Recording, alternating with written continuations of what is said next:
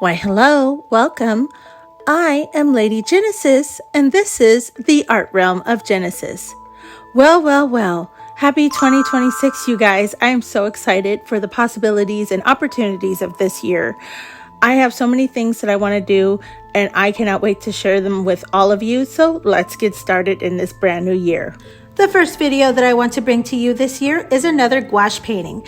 This would make part 3 of my series of trying to figure out this paint and the dumpster fire of the mess that I've made for myself. In the video I did last time about this paint, it was a really quick one, by the way. I had used a sketch pad, like a regular one. I did say that I was going to come back if I did another video and use the render paper instead. So that's what I'm using in this video. I also said that I wanted to work on having more patience as an artist. Not officially, but I want to make that a goal for the year, to let paint dry before I add extra layers, finishing touches, just so I don't rush into things and mess up my art pieces. Also, as a side note, I know my video sounds a little bit different. I am recording in a different location for audio. I apologize for that. I'm sorry if it's bothering people's ears. I will be back in my regular spot next week, so please bear with me, and I apologize. So I did paint the first half of the colors at night. It was about 1 o'clock in the morning, and I let the pinks, the blues, the purples, and the browns settle overnight, and then I would come back in the morning and continue my process. I was thinking, because I did get these paints from Five Below, and if anyone doesn't know what Five Below is, it is a dollar store, but not really. It's like anything that's 5 and below. They are a really good store, but I can't go in there without sneezing and spending $100 between me and my family. It is so fun to be in that store, but it can be very dangerous to your financial stability. So I try not to go there very often. But to get back on point, I did buy them from that store. And it could be that maybe they're just not the best quality. That could also be the reason why I think they're not holding up to a professional artist standpoint. Now, I'm not a professional artist by any means, but I can kind of tell that they're a little bit difficult to work with. Just like when I bought the watercolors from Five Below, they were very unforgiving. No matter what spots I had dropped on it, even if I tried to cover them up, it did not work. That paint was just very unforgiving. And by unforgiving, I just had tons of water spots in weird places that I just could not fix. Even when I put it on render paper, it still gave me problems.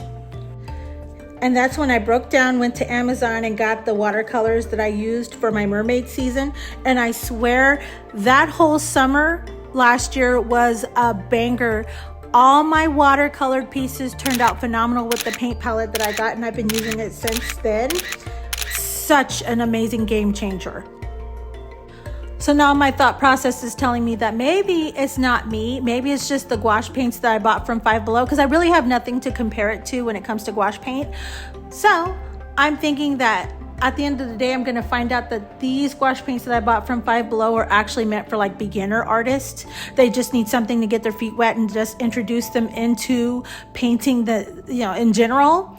And that could be very much it. But I feel like I'm doing you guys a disservice by just telling you about these and then complaining about them.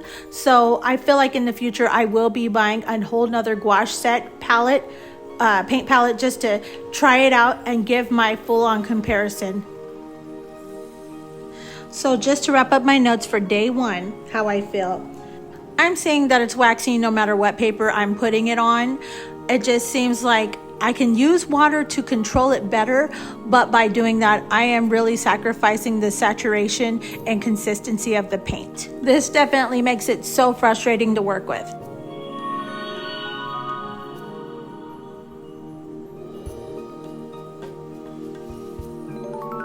Moving on with day 2 of painting. At this point, I had let the paint settle really good because I ended up letting it sit for a day and a half. So I had initially painted it on Saturday night. I was supposed to come back in on Sunday and start painting in the morning, but I ended up having something to do. So I skipped all of Sunday, went to work Monday, came home in the afternoon and started painting again. So it really had time to dry. Also, as an update behind the scenes, I did break down and go back to Amazon, and I did pick up another gouache palette, which I'm super excited to use, but of course I don't want to open that up and reveal it until I finish this video, because I feel like I have an obligation to finish this one off and see it work. Well, to the best of my abilities, of course.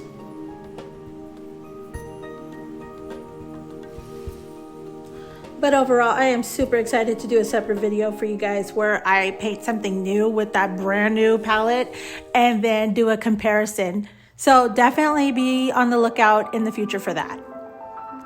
Now back to the piece for day 2. I feel like I did a lot better with maneuvering through the paint after I did let it settle. So I think it helped out a lot. I definitely started learning how to maneuver through the paint around how much water I could use versus what I should use directly out of the tube.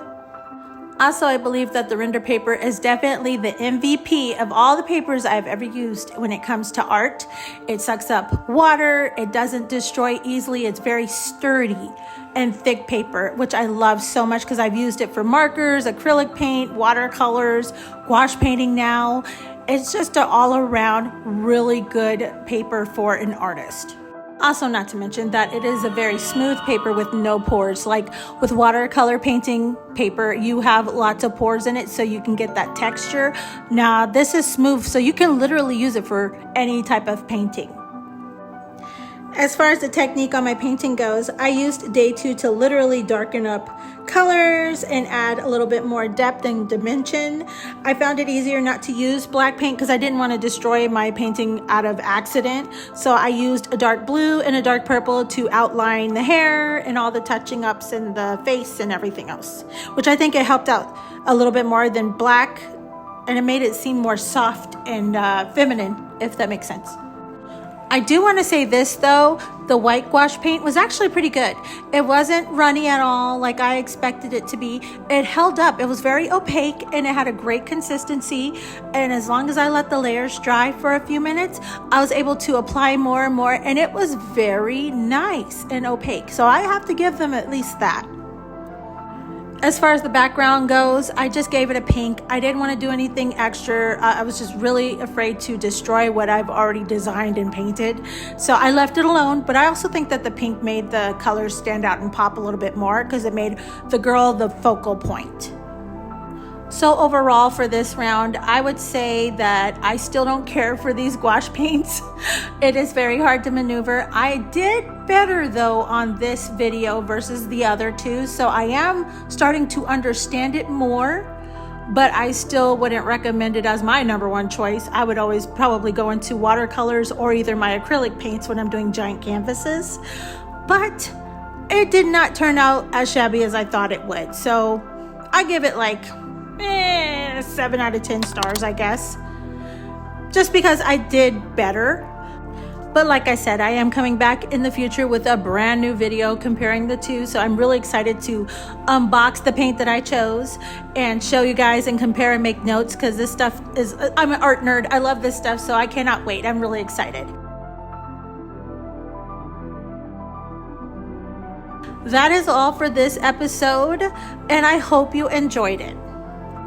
And if you did enjoy this video, please consider liking, commenting, and subscribing.